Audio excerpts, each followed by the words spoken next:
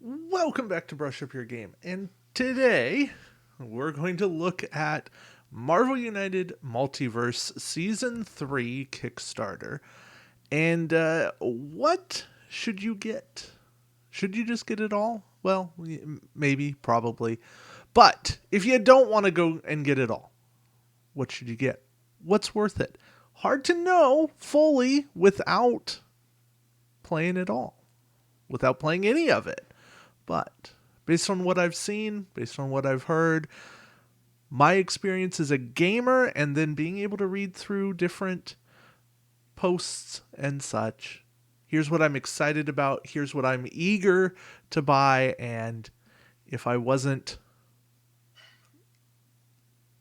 gung ho and overly invested and a victim of a collector's mentality, here's maybe how I'd be a little more discriminating. So, first off, yes, you see, I have the Omniverse pledge, but again, you have options, right? You could have the Multiverse pledge, get the base set, get the Wrecking Crew, all the stretch goals. So let's assume you're going to start there. Should you just start there? Yeah, I don't know. I think there's some more you could run with. I think the Herald pledge, getting Galactus, is probably the best potential play, the value for money that's here. I think Galactus is a $35 bump, is a really solid addition here. You're getting a really cool game mode, something that looked epic when the Dice Tower did it. And the fact that you have so much variety in who the Heralds of Galactus can be, the different challenges that are going to exist here. To me, that's a selling point. That is something that really excited me and said, yep, I definitely want to play that. And that's something that's going to be the cherry on top of the ice cream sundae to finish off a long session or maybe a mini campaign. But we have other options here, right? We have a whole bunch of different boxes. So let's look at some of these different boxes and what they each have in store. Let's start with Civil War. So Civil War, 10 heroes. Colored bases, whatever. 2 tracker cubes. This is PvP. Now, is that something you necessarily want out of your Marvel United game? I don't know. I personally, I'm eager to see it play out. Whether or not I end up playing a bunch of PvP, I don't know. But there's characters here that I'm legitimately excited about. Kate Bishop was one that I definitely wanted. And Iron Spidey is another one that is cool to me. I like the locations that they brought in here. And Civil War, I think if you're looking for a little more depth and strategy, if you're open to PvP, if you liked team versus team from Blue Team and Gold Team in Season 2, then Civil War is certainly up there as something that you can look at as an expansion that I think is going to be worthwhile and definitely very big value for money. It's an expensive expansion, but I think it's also one that's going to bring the most repetitive or most varietal gameplay because it lets you play with any of the characters. World War Hulk is the new one that was just announced this morning. And the characters from this excite me. Sentry, Hercules, War Hulk, Ares, Hulkbuster. I'm very intrigued. I'm very excited. This is one though, simply because of the doc being the Kickstarter exclusive. I feel like this is one you could legitimately wait on. I feel like if you're not that intrigued by, I think it's Doc Samson. Sorry, a lot of characters going through my brain right now. This is one where you're maybe not missing out on the biggest draw of a hero. The designers were really passionate talking about the way Sentry is going to work. That is a fight I am definitely intrigued by, and I want the characters here.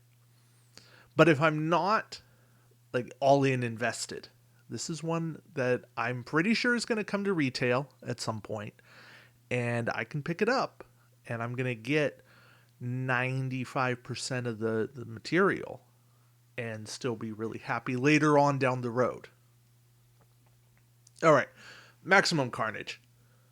I'm just going in order here, but this is the one I went, yep, that's an insta back. That is the one where I am completely sold. Modular Sinister Six, being able to play against 6 different villains of choice or randomly, because you know that the apps are going to come up with a way to randomize who's going to be where. This is the expansion that made me go, oh yeah, this is going to be epic. And it's not just who they added. I mean, Scorpion, Morbius, Scream, Doppelganger, cool characters, cool miniatures here. The Carnage challenge, it's going to be epic. But also being able to mix in Sinister Six here, this might as well be called Sinister Six 2.0. It really is what it is. This is the new Sinister Six. Get this. Like, if you were to get a base pledge plus Galactus plus Sinister Six, well, Maximum Carnage, you would have so much gameplay. You would be immensely happy right then and there. I think this is the one box outside of Galactus that you have to have. And I would say this is the number one box ahead of Galactus to go after. Now, War of Kings, this is one that I think it all depends on your connection to the Inhumans. For me, I have this kind of weird relationship with them because of Marvel Puzzle Quest. I like Medusa and Crystal and Black Bolt. They're not the biggest draw of characters, but they're fun. And they're kind of annoying when they show up as an enemy team. But they are really powerful. And I like them. And Crystal's sculpt, this is fantastic. Medusa's hair, that's going to be really fun to paint. I like the box. I like the character options that are here. We haven't seen a ton about all their specifics, but I think this is a good box. I think just the fact that we're getting 9 sculpts, we're getting 7 heroes, an anti-hero, a villain in here. There's a lot of bulk to this. This is going to be a very useful set of characters, and one that I think will work well against Galactus. Some of these characters work in conjunction with the Fantastic Four, so they're going to enhance that gameplay even more. There's a lot of good synergy. Sacred Invasion, while it has some characters I really like, Maria Hill, Quake,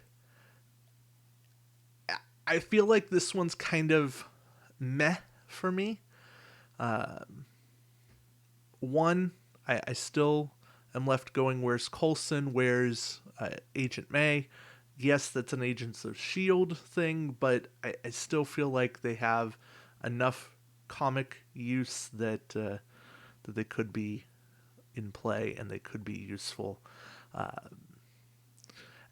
And Talos should have been a villain in here as well. But aside from design choices, I'm not sold on what exists here in Secret Invasion. This, like I said, this is probably my if you had to cut something out, go ahead and cut Secret Invasion. Again, you could probably wait on World War Hulk. But yeah, let's move on. Age of Apocalypse. This has been out for a while. This was, gosh, I think this was the first big box that was announced. Solid characters. 7 pieces, $35. New new dashboard. I like Beast coming in as a villain. That's going to be an interesting challenge. I like the different locations that are here. Again, I don't have a big connection to the Age of Apocalypse storyline. I know some of these characters from Puzzle Quest as well. I like Magneto as a hero. I think it'll be. I'm intrigued to see what his cards are going to do, how he's going to be balanced, how he's going to be different than the anti-hero Magneto we got in the X-Men core box. All that being said, this one feels like it has potential. I don't know that it's absolutely necessary. All right. Annihilation feels almost like a regression back. And I say that because there's 5 figures. Now, there's 5 very interesting figures. And Annihilus is a cool piece. And another Nova is always a good thing. I like character choices here. I think there's, again, good options. They tell a good story. But is it one you absolutely have to have? I don't know. This, for me, is probably one I would cut out.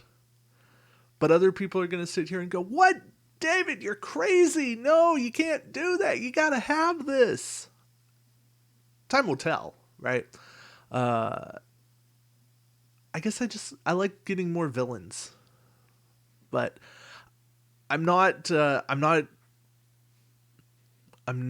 saying bad things about the box. I think it's intriguing. I do want to see them play out. I think these characters have great potential to be very impactful. And I think what we're going to see even more in this season is certain characters are going to be very well versed against certain types of villains, and then very not good against other villains. And that is actually a good design point to get to. I don't want to be able to always be able to use the same types of heroes over and over again and have a 60 to 80% chance to win. I want to need to specialize. That to me showcases what heroes do better. All right. So those are the boxes. Other things you can get. The playmat. Now for me, I do not have a super fancy gaming table. So for me, this is something I'm actually getting. I like the smaller size. I am going to have a Lazy Susan done up. So this will fit on a Lazy Susan. We'll keep track of the storyline off to the side, but easy reach, being able to access locations. And I do like purple. I mean, I'm a red fan first and foremost, but I do actually like the color purple.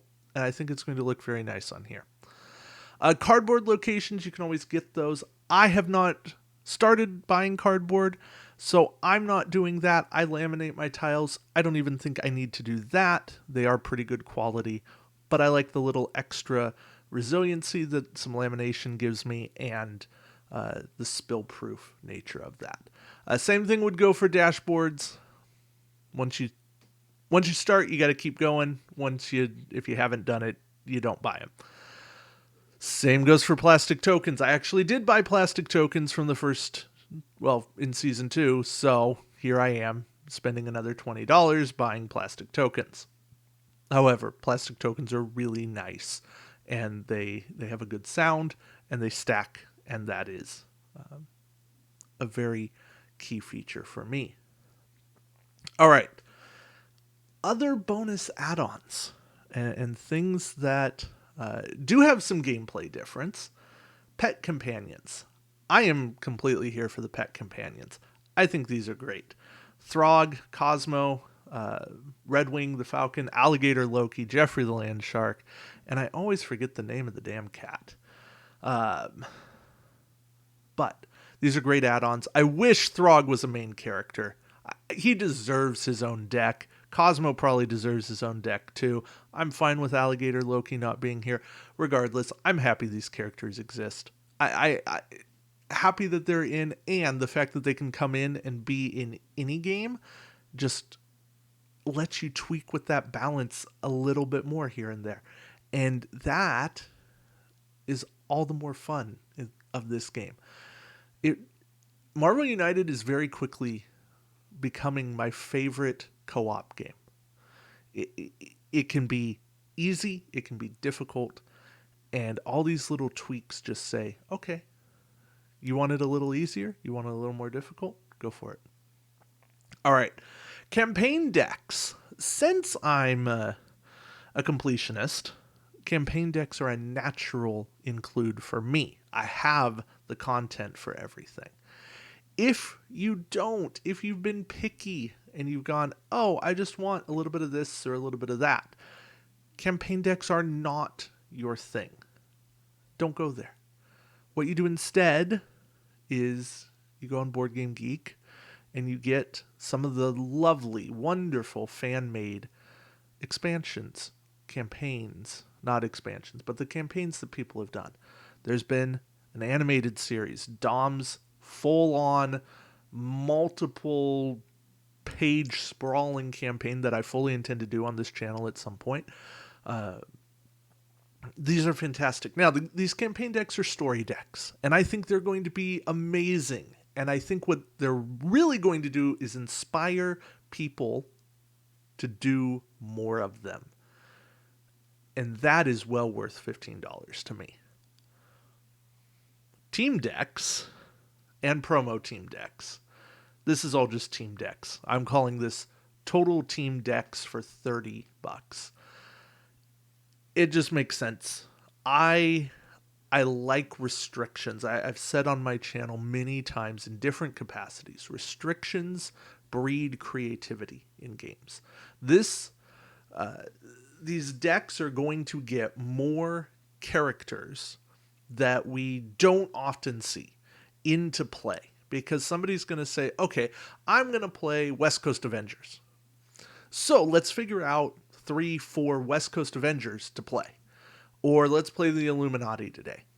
Let's play Uncanny X-Force. Whatever the case may be, whatever deck you want to use, you want to pick heroes that are going to benefit from and be able to mitigate the consequences in the team deck.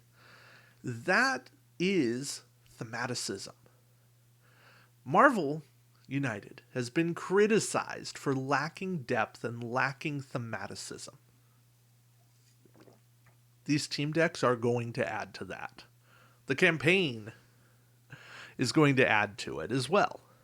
I think it's a natural fit. But you gotta be willing to support it. Now, if you don't want those, if you have no interest in doing team ups, you like your random characters, you like being able to pick who you pick and whatnot, then don't buy them. It's that simple. I'm not here to tell you what you have to buy. I'm just sharing my thoughts. But I do think that the promo team deck, the team decks, those are worth buying. I think those really are adding to the game. They're going to change up a normal game and taking on, let's even say, the basic game. Red Skull, your starting game. With Avengers, mind you. That game versus a team deck game with United Heroes or with the new Avengers or with X-Men. Well, let's go to the X-Men starter. Playing against Juggernaut. Now with the X-Men, it's something you're doing already, but you bring in this X-Men deck. It's going to shake that gameplay up. Now there's even more thematicism to it. It just makes sense to me. So, anyway, let's look at classic optional buys. This is going to tread a bit onto my season 1 and 2, what should you get? But we get to evaluate it fresh here. So, with less than 48 hours to go, you got to make a choice here. It is going to be available in Pledge Manager. This is where I'm still debating with my wife's painting. What do we want to have around on hand and be able to have available in the future? If you want to get both promo boxes, it's $220. You want to buy Season 1 promo or Season 2 promo box, $120 each. Expensive, but a lot of value for money in those boxes. If you have the money, by all means go for it, especially if you missed out on it. They're never going to be cheaper than they are right now.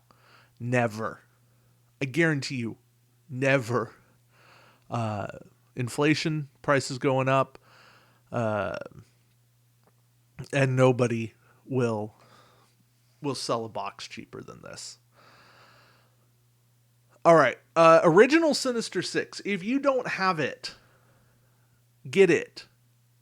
Seriously, back now. Wait. Buy this in Pledge Manager, but get it. Don't waste your time.